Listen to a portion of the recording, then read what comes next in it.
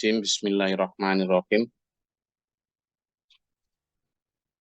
Wa in ihkum bainahum bima anzalallahu wa la tattabi' ahwa'ahum wahdharhum ay yaftinuka 'an ba'di ma anzalallahu ilaika.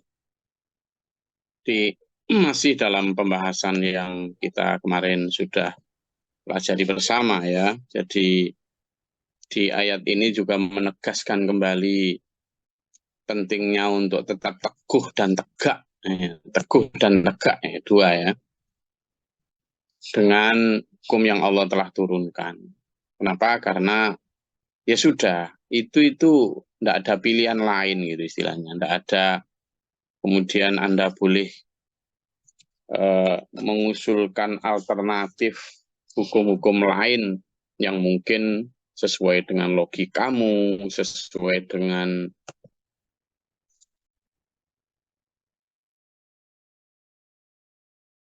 punya pilihan itu gitu ya. Kita tidak punya pilihan untuk menjadi satu entitas yang kemudian boleh memilih karena kecerdasan ilmu kita dan lain sebagainya. Tidak ada.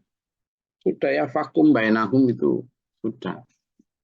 Dengan apa vakum bainahumnya? Dengan hukum-hukum yang Allah telah turunkan.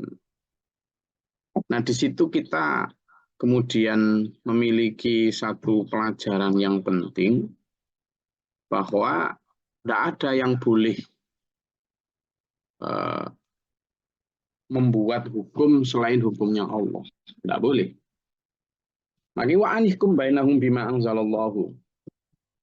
Sudah, tetapkan hukum berdasarkan hukumnya Allah yang diturunkan kepadamu, wahai Muhammad. Maka perintahnya kepada wahai Muhammad, kita sebagai umat Nabi Muhammad SAW juga memiliki kewajiban yang sama. Bahwa wahai umat Muhammad, kan gitu. Putuskanlah hukum di antara kalian itu dengan hukum yang Allah telah turunkan. Jangan dengan yang lain, kan gitu. Wala tattabi' ahwa'ahum. Dan janganlah engkau mengikuti keinginan mereka. Kita ini tidak usah sampai kepada hukum-hukum atau fikih hukum pidana, misalnya tentang potong tangan, hukum rajam, hukum cambuk, hukum kisos. Belum sampai ke sana.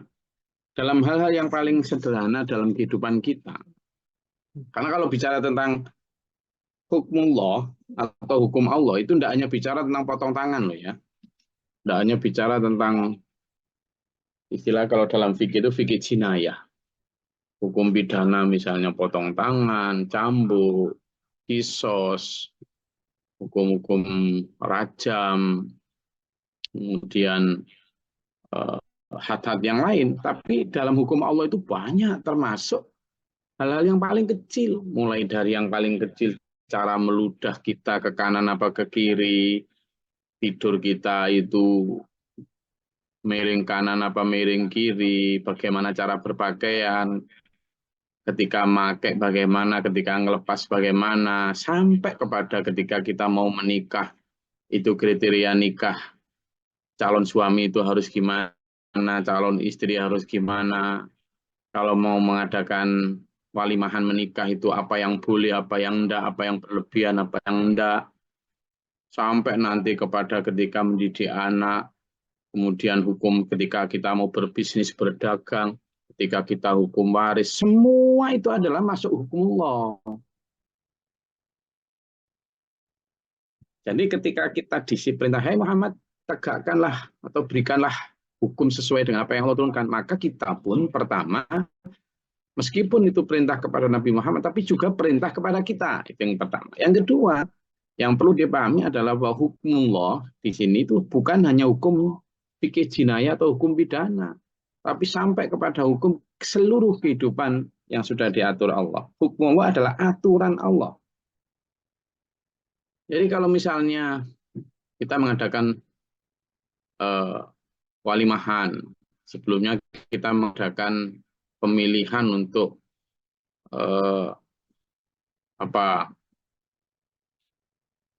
guru-guru kita, kiai kita, bahkan mungkin malah urusan duniawi, kepala desa, dan seterusnya. Itu semua ada kriterianya di dalam Al-Quran. Dan itu harus kita ikuti. Dan jangan, yang ketiga adalah, wala tetapi ahwa'ahum. Jangan kamu ikuti keinginan mereka. Jangan.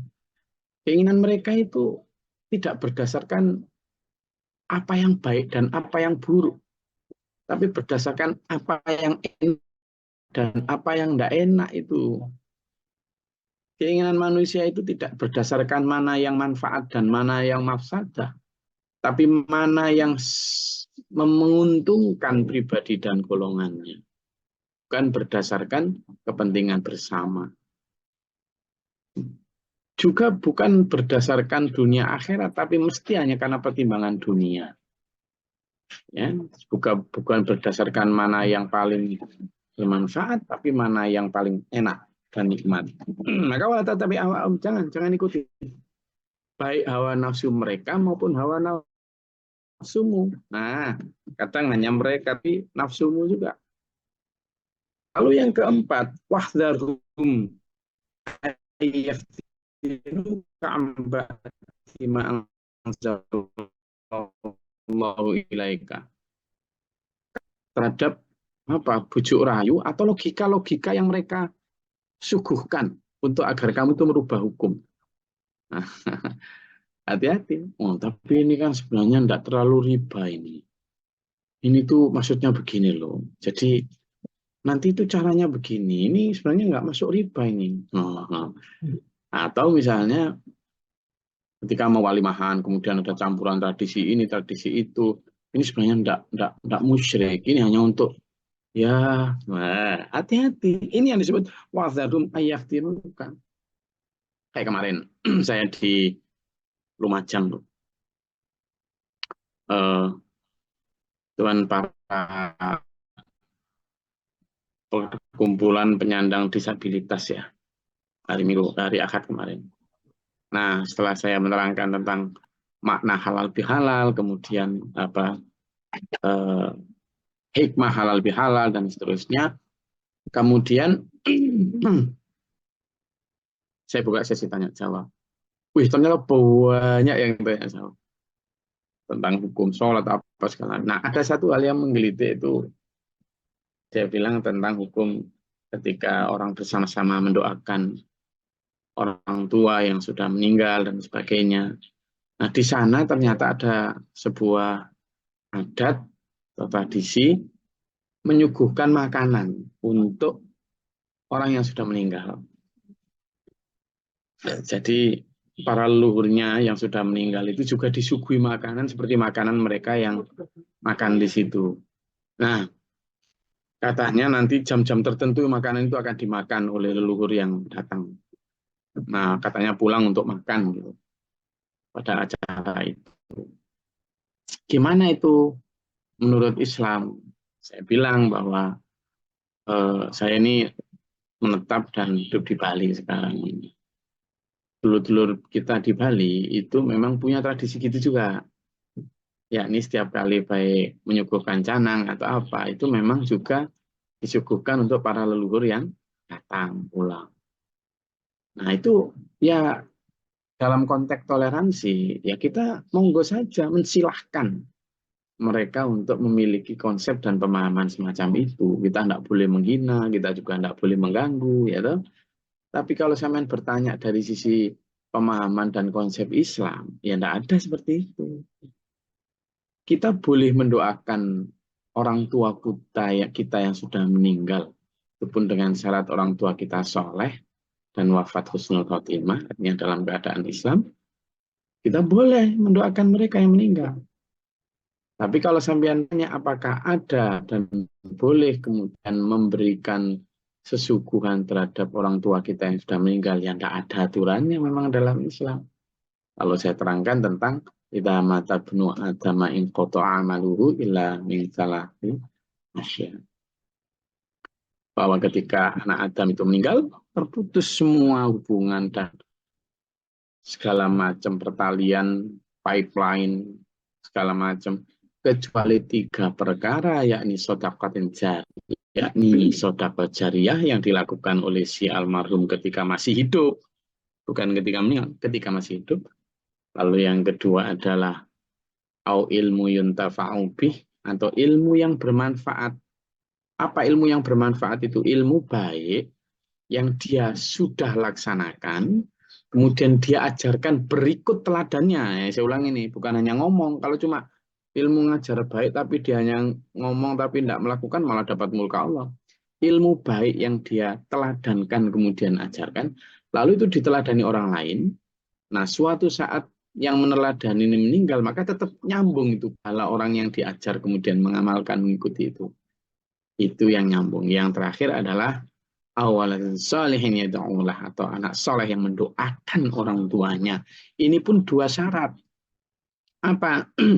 Orang tua yang meninggal itu soleh, gitu kan, soleh beneran, sehingga wafatnya dalam keadaan husnul khotimah. Yang kedua adalah anak tadi itu menjadi soleh karena teladan orang tuanya yang soleh.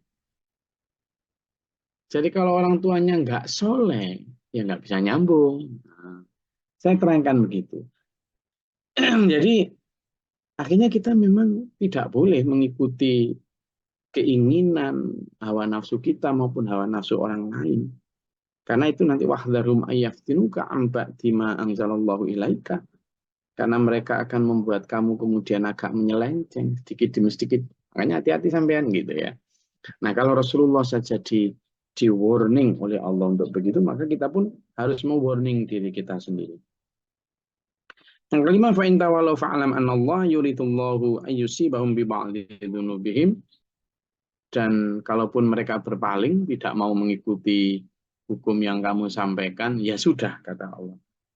Biarkan dan ketahuilah bahwa Allah sedang merencanakan untuk menimpakan musibah atas mereka akibat sebagian dari dosa-dosa mereka.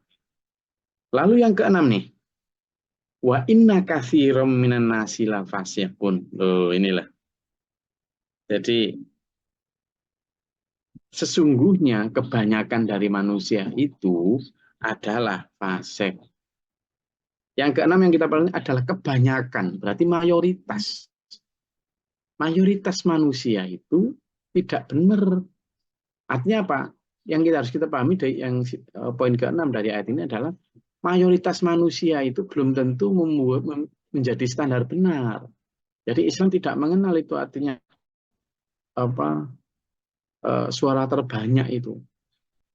Islam memang demokratis. Islam itu demokratis.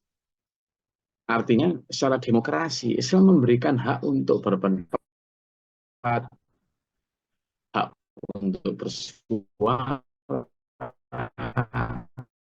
hak untuk bahkan berbeda pendapat. Itu Islam sangat sangat suara, hak berserikat, itu semua dalam sisi kisi-kisi demokrasi itu. Tapi dalam hal suara terbanyak beda. Islam tidak menjadikan suara terbanyak sebagai sebuah ukuran kebenaran. Karena belum tentu yang banyak itu yang benar. Nah, disitulah kemudian Islam itu sangat menjiwai Pancasila, sila yang keempat, yakni apa? Apa? Sila keempat dari Pancasila. Oh, kok apa itu? Hah?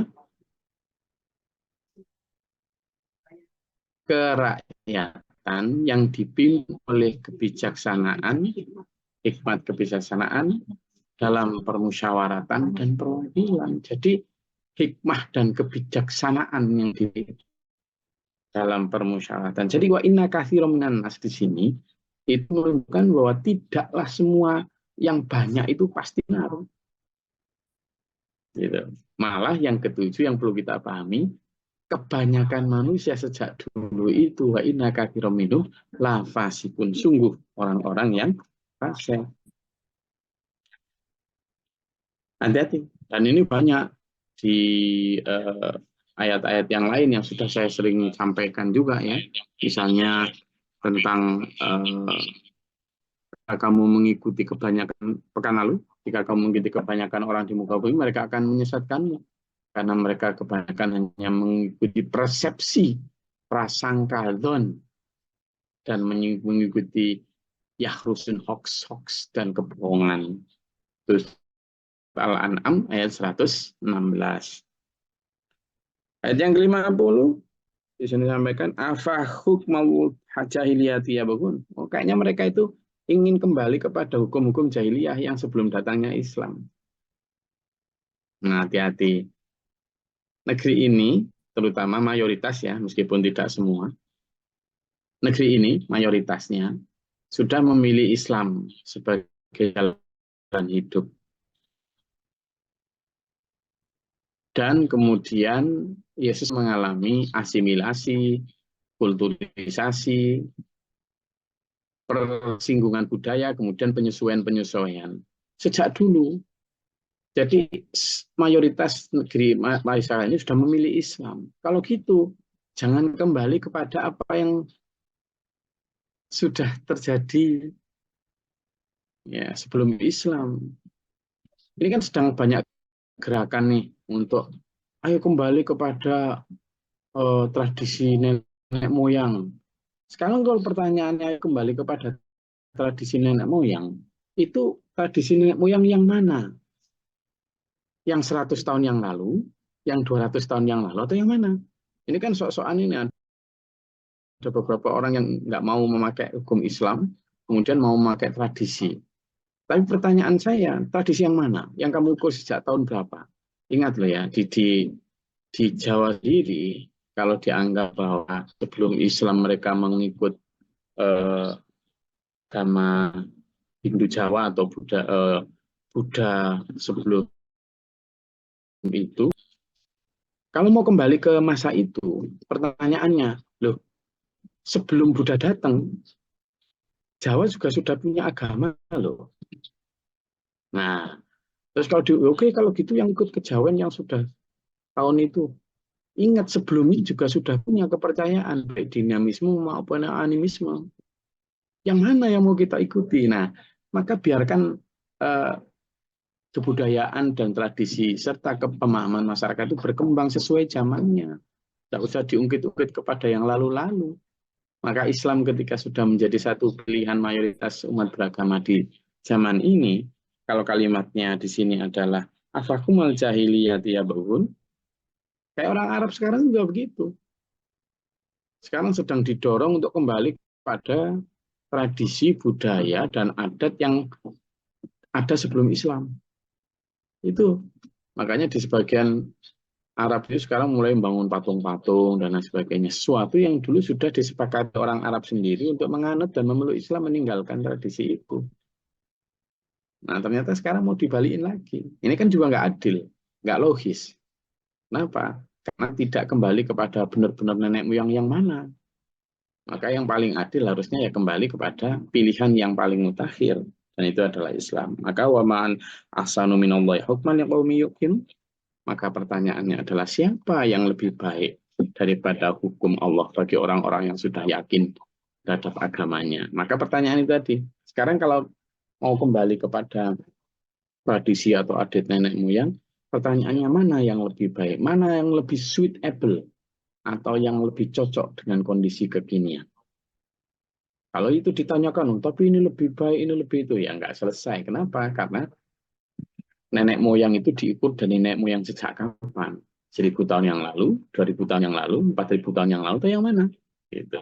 Maka yang paling bijak adalah memilih apa yang paling mutakhir, yakni hukum Allah.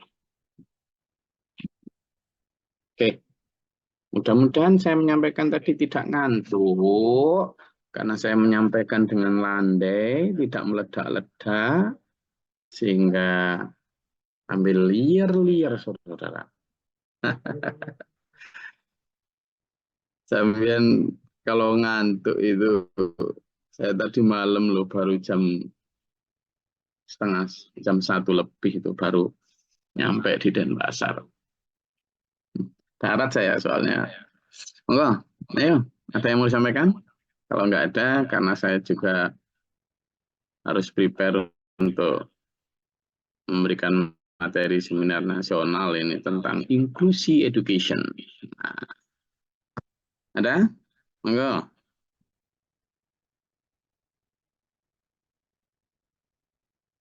Ini tadi sambil mendengarkan sampean baca, saya juga sedang mempersiapkan presentasi untuk seminar nanti. Karena seminar nanti itu di kalangan non-Muslim. Ada?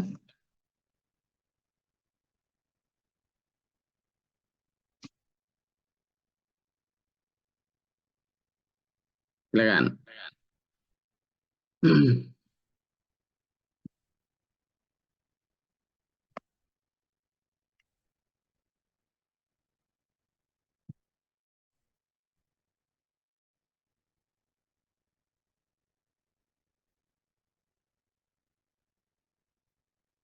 Dinyalain aja mikrofonnya. Apa belum di anu dah? Masih jadi muntah? Enggak kan sudah di.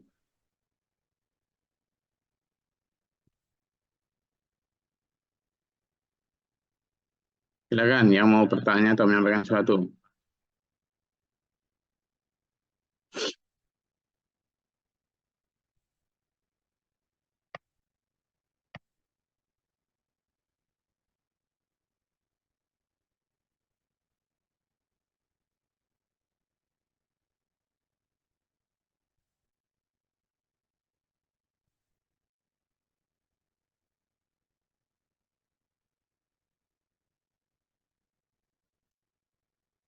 Ada pertanyaan, Gus. Monggo. Pertanyaan yang kemarin waktu ayat yang masih suap menyuap itu, Gus. Akhirnya terjadi, Gus. Terjadinya hari kemarin pagi itu, sore. Gimana? Ya, ada pengantin yang datang ke rumah pengantin mencalonkan jadi pengurus sampai 3 orang ke rumah, masing-masing memberi amplop. Hehehe. Sampai Sampai, berapa miliar amplopnya? ya 2 orang itu 24 miliar ini. Wih, itu Yang dah terima. 2, Ya, saya nggak 24 miliar diberikan Pak Paling itu. Iya, sama bule. Diberikan Paling itu semua 24 miliar itu. Iya, ada yang saya coblos, ada yang enggak. 24 miliar. Nah,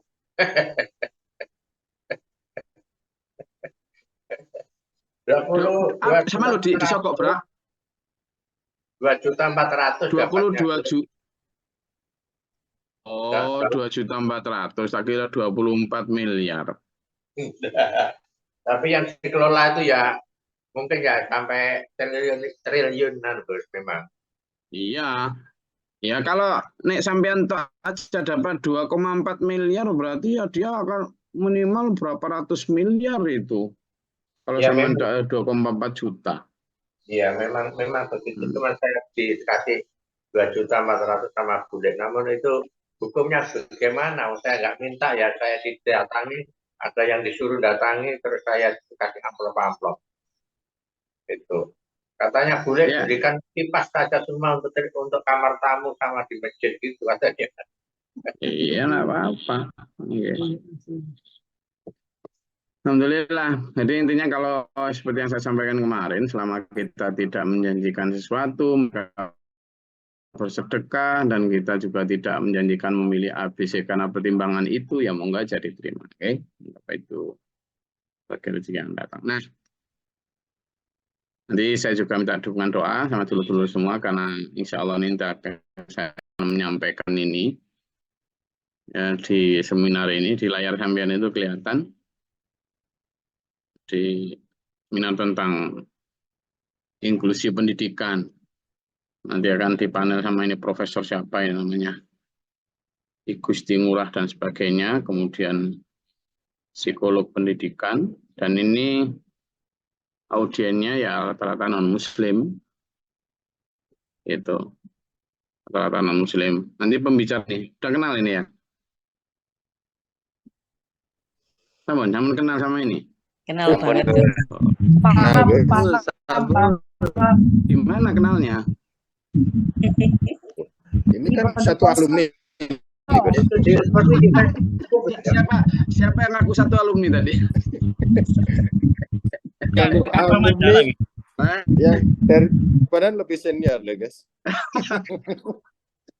Wes gak karu-karuan. Mas Ayu, itu loh ada orang yang ngaku satu alumni kata Ayu. Oke. Nah, Tapi kalah ganteng. nanti di seminar ini insya Allah akan saya sampaikan tentang pendidikan yang terbaik itu berdasarkan keteladanan. Pendidikan yang terbaik itu adalah best person yang diawali dari best student kemudian menuju best community. Ya, tak spill sedikit ya tentang apa yang nanti saya sampaikan. Ya. Oke, sebentar. Ini loh yang nanti saya sampaikan itu. Nah, biar juga belajar dulu. Ini nanti yang saya sampaikan tentang apa hakikat pendidikan, bahwa itu better life, human right, freedom, kemudian hakikat pendidikan, definisi pendidikan, kemudian tujuan pendidikan, ya sampai kemudian manusia adalah makhluk pembelajar, lalu kemudian hak warga negara dan kewajiban negara dalam hal pendidikan, kemudian apa pendidikan unggul itu, kemudian pendidikan merdeka dan inklusif itu sebenarnya harusnya bagaimana dari sisi agama, ras, suku, golongan, ekonomi, kapabilitas, umur, dan fisik. Kemudian apa itu dari sisi kognitif, afektif, maupun psikomotorik. Lalu sebenarnya pendidikan itu to be what? To be good, better, best, and best of the best. Ini saya semua dibikinkan Pak Jo gini nih. Saya hanya menyampaikan aja. Yang senior katanya. Oh, oke. Masa begitu Pak Budi? Oke.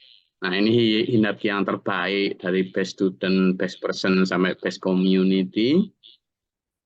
Jadi kita akan menyampaikan how to be like that, mulai dari researching, seeing, touching, discussing, brainstorming, trying, evaluating, dan nanti kita akan menyampaikan tentang ini. Kemudian harus seperti apa sebuah suasana pendidikan itu, mulai dari kreatif, friendly, inventor, enjoyable, sampai nanti saya juga akan menerangkan tentang santri dari sisi best practice kita.